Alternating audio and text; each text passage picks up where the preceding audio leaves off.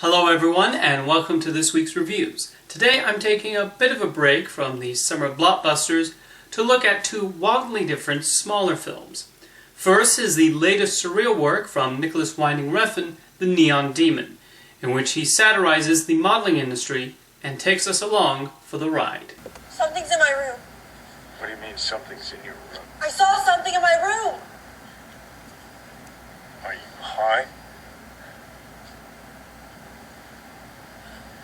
What are you doing? Calling the police. Whoa. Relax, okay? Mikey. Yeah? This lady has an unwanted guest. 212. The Neon Demon is a film that starts off kind of weak, then becomes quite compelling, and subsequently ends on a whimper. To start with the positives, this film is beautifully shot. DP, Natasha Breyer, crafts some absolutely stunning images, with a lot of purple and red, which fits thematically well with what the film is saying. I also want to compliment the score by Cliff Martinez, which has a very Wendy Carlos feel to it. While there are points where Refn desperately wants us to interpret the meaning of certain scenes, he thankfully doesn't beat us over the head with his message. This is clearly meant as a satire of the modeling world, and he primarily uses character moments to convey that. One of the most intriguing elements comes from the relationship that forms between Elle Fanning's Jessie and Jenna Malone's Ruby, which the script takes in some unexpected and surprising directions. Keanu Reeves also has a great role as a motel manager. Refn includes a lot of moments that are effectively creepy and thought-provoking. However, without spoiling anything, he starts to bite off a little more than he can chew near the end. He finds the perfect shot to end on, the appropriate conclusion to the story. And yet he continues on, quite unnecessarily, for another 10 minutes or so. He's able to get away with a rather out-there scene earlier on, but he really starts to push it in the end. I don't understand why filmmakers include unnecessary epilogues that don't add anything to the story. There is still a lot to appreciate in The Neon Demon, and it's certainly a memorable and unique film.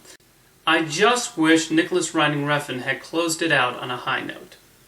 Next is a comedy hailing from New Zealand and director Taika Waititi, the coming-of-age buddy adventure Hunt for the Wilderpeople.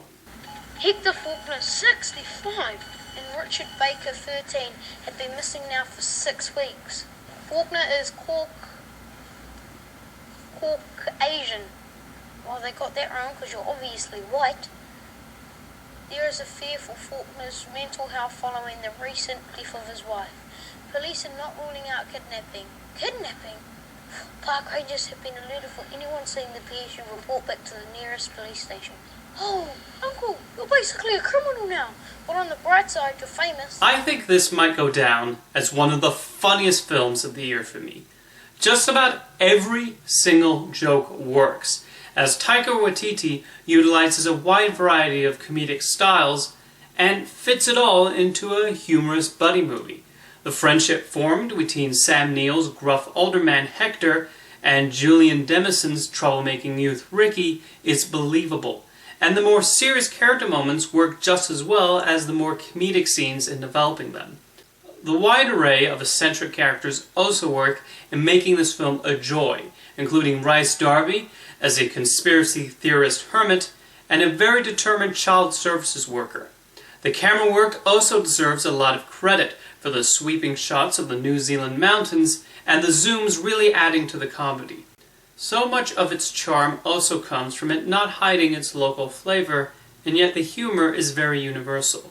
If this film opens near you, try and seek it out, as Hunt for the Wilderpeople will definitely stand as one of the most delightful films of the summer. Thanks for watching this week's reviews, and I'll see you next time.